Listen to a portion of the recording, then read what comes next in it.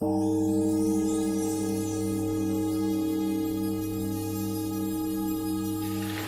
so Chad comes here to Mercia in the year 669.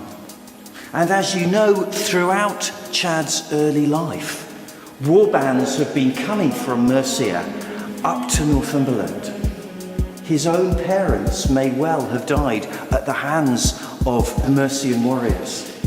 And there wouldn't be anybody that Chad knew who hadn't some tale of woe, who hadn't lost loved ones in the war.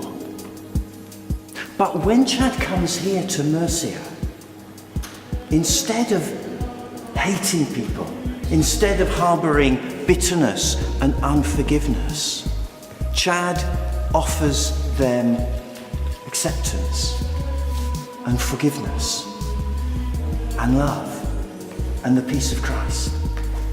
It had an amazing effect on the people of Mercia. Chad plants Christian communities in several places with the permission of the King of Mercia, with Wolf here. And Christianity grows and grows. The Archbishop Theodore, he is delighted except for one thing. Chad walks everywhere. Now, Theodore even gave him a horse so that he could ride, but he's not using it. So the next time Theodore visits Chad, he says, "Why aren't you riding your horse? You've got a huge diocese and you've got to be responsible for the use of your time. The most effective thing is going to be to ride around. Why are you walking?" Chad looks uncomfortable. "Listen," says the Archbishop, "you and I are going riding now. I am the senior bishop. Saddle the horses and we'll go." When Chad still looks reluctant, the Archbishop takes him by the hand and physically puts him into the saddle. And then Chad says, "Your Grace, my mentor, Aidan, my father figure, he was given a horse once, but he gave it away. He told me, Chad, whenever you ride, people see you differently. They see you as someone in a position of privilege, and you can never proclaim the gospel of Christ from a position of privilege. And that, Your Grace, is why I walk everywhere." Now, the Archbishop looked into Chad's face, and his heart softened. "Very well," he said, "you may walk. Unless the journey is very long and you're in a real hurry, then please, Chad, from time to time, just use the horse." Now, Chad had made a special place where he could go and be with God. It was his oratory chapel, and it was near the pool at Lichfield, because it was Chad that made Lichfield the centre of the diocese, as it still is today.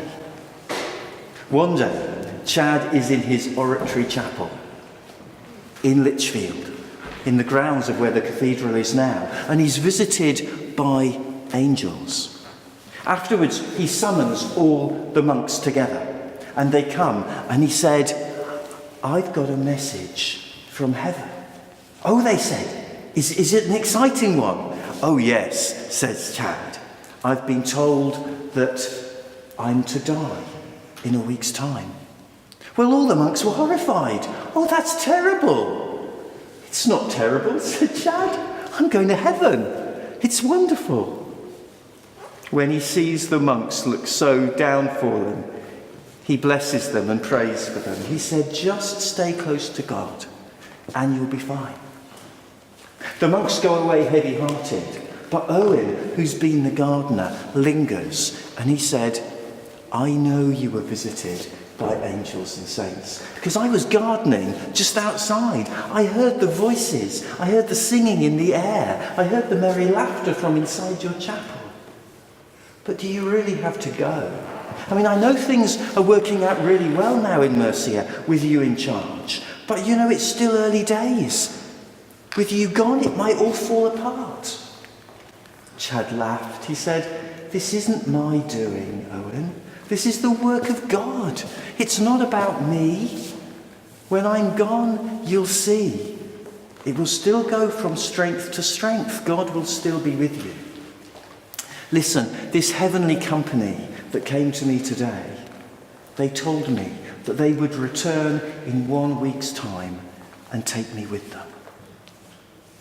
Let me go. And so it happened in 1 week's time. It was the 2nd of March, 671. Chad is visited by the angels and the saints. He's taken into heaven. And you know, a lovely point of the story, over in Ireland, there's an old friend of Chad who was with him when he was doing his wandering around Ireland. And he had a vision. And in his vision, he saw Chad being taken into heaven by this group of angels and saints. And he recognised one of the saints as being Chad's eldest brother, St. Ced, who he knew. And I bet you that another of those saints would have been St. Abel.